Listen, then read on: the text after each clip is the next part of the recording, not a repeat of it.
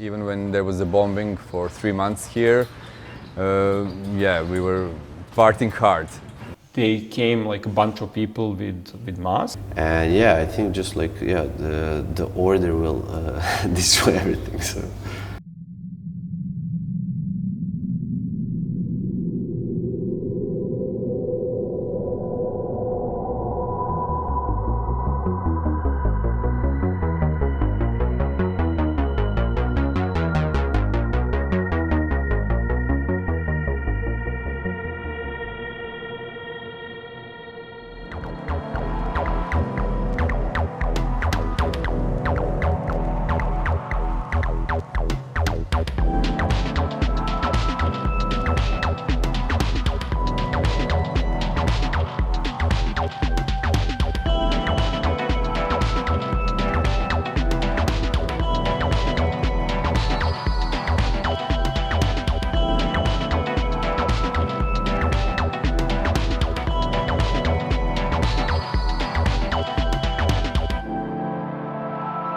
Comment ça se fait qu'il y ait autant d'endroits comme ça à Belgrade? We don't have that much rules in Belgrade, and you have like the gray zones where you can squat a place, but it's also a risk. But people live here from today to tomorrow. They don't have like plans like the people in Western Europe, because the mentality here is like that.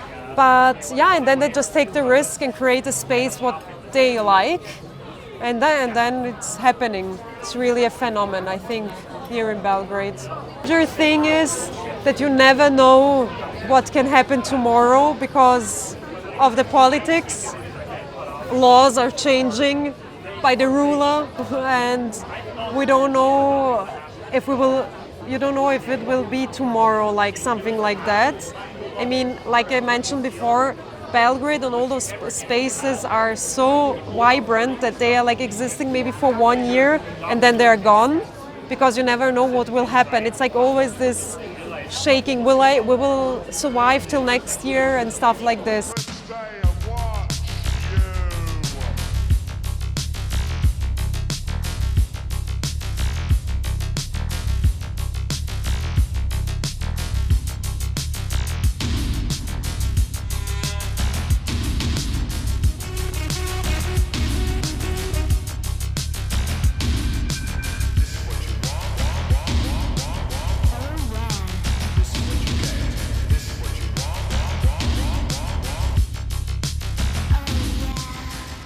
If there is going to be a threat, it is going to be political and not economical.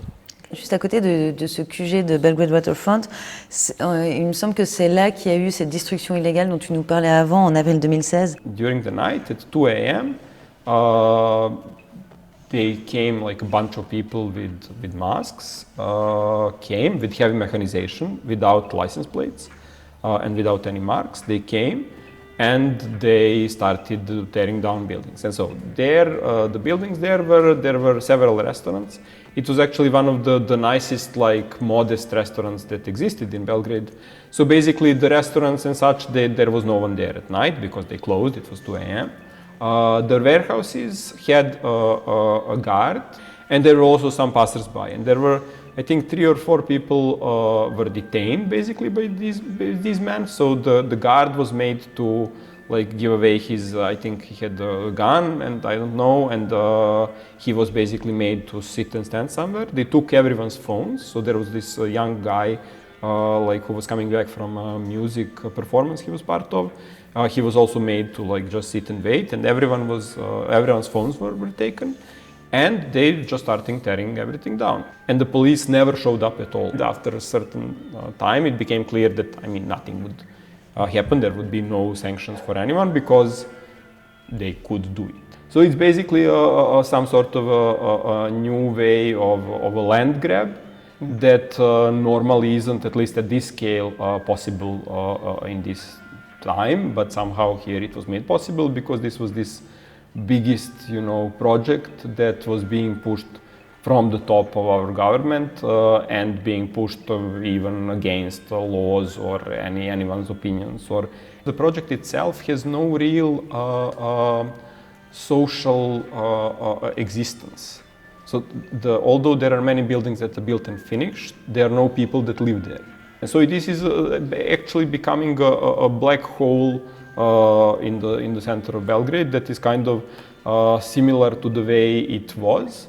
Just as this time it is not being saved as something you can use for public good later when you have the resources, but it's something that is now forever privatized and is belonging to an unclear conglomerate of foreign and Serbian money.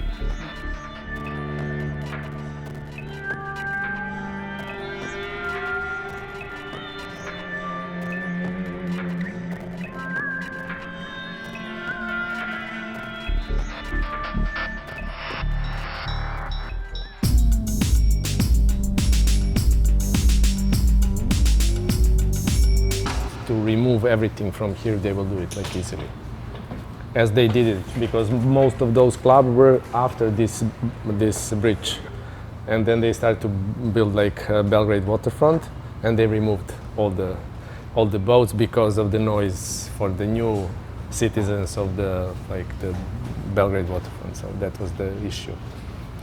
Now this is why here is now so packed. Yeah. It was like much more like diversified.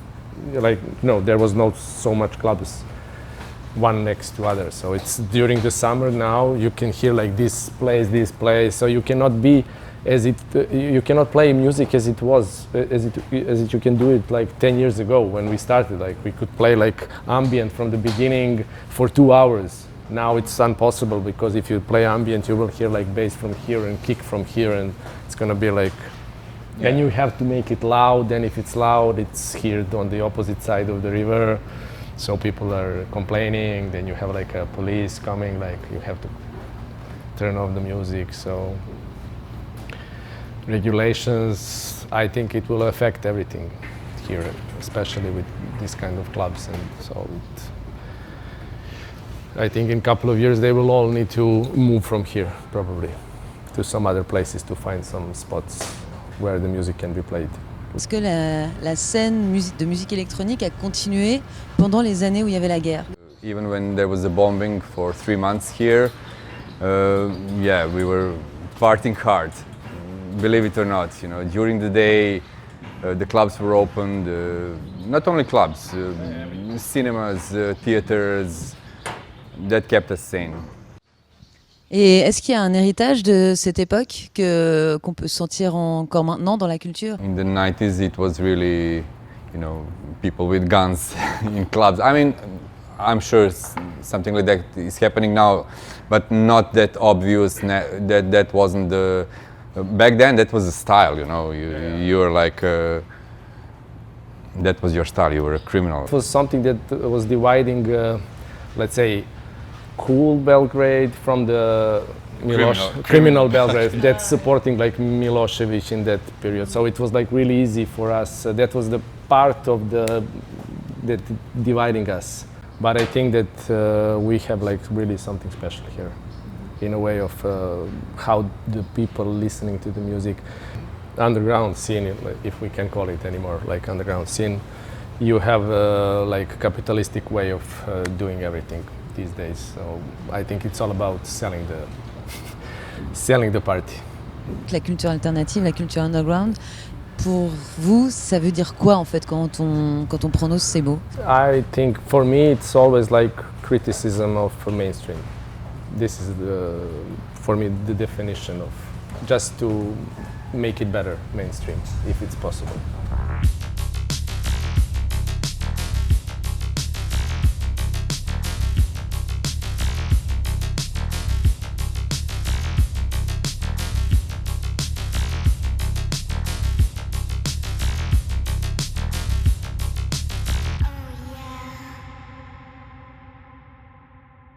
La culture alternative, la culture underground, pour toi, ces mots, ça fait référence à quoi? I think it has been irrelevant for like 20 years or even more, and now more than ever when you're like 2 clicks away from everything. And yeah, I'd rather choose something like alternative or DIY or I don't know, left field or whatever.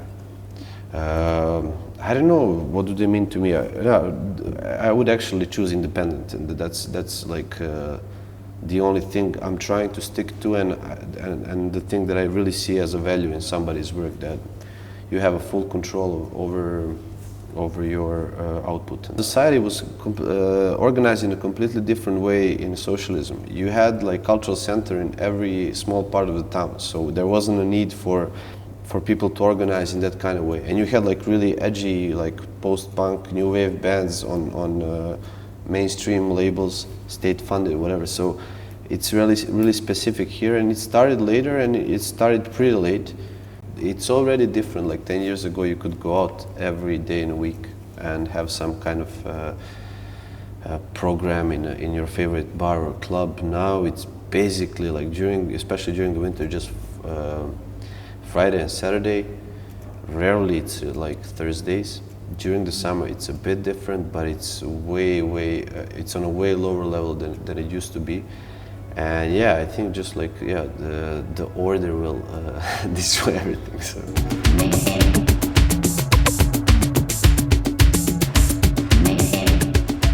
On entend souvent dire de Belgrade que c'est une sorte de nouveau Berlin. Sa scène alternative est en fait bien antérieure à la chute du mur et elle a même été un exutoire pendant la guerre des Balkans pour bon nombre de Serbes.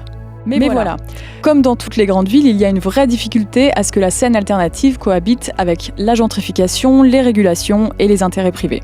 Avec Anne, on est allé à la rencontre de celles et ceux qui continuent de se battre pour que cette scène existe. Et si elle est clairement menacée, la volonté de la jeunesse serbe de conserver des espaces de liberté reste viscérale. On repart de cette ville, conquis par leur énergie inépuisable.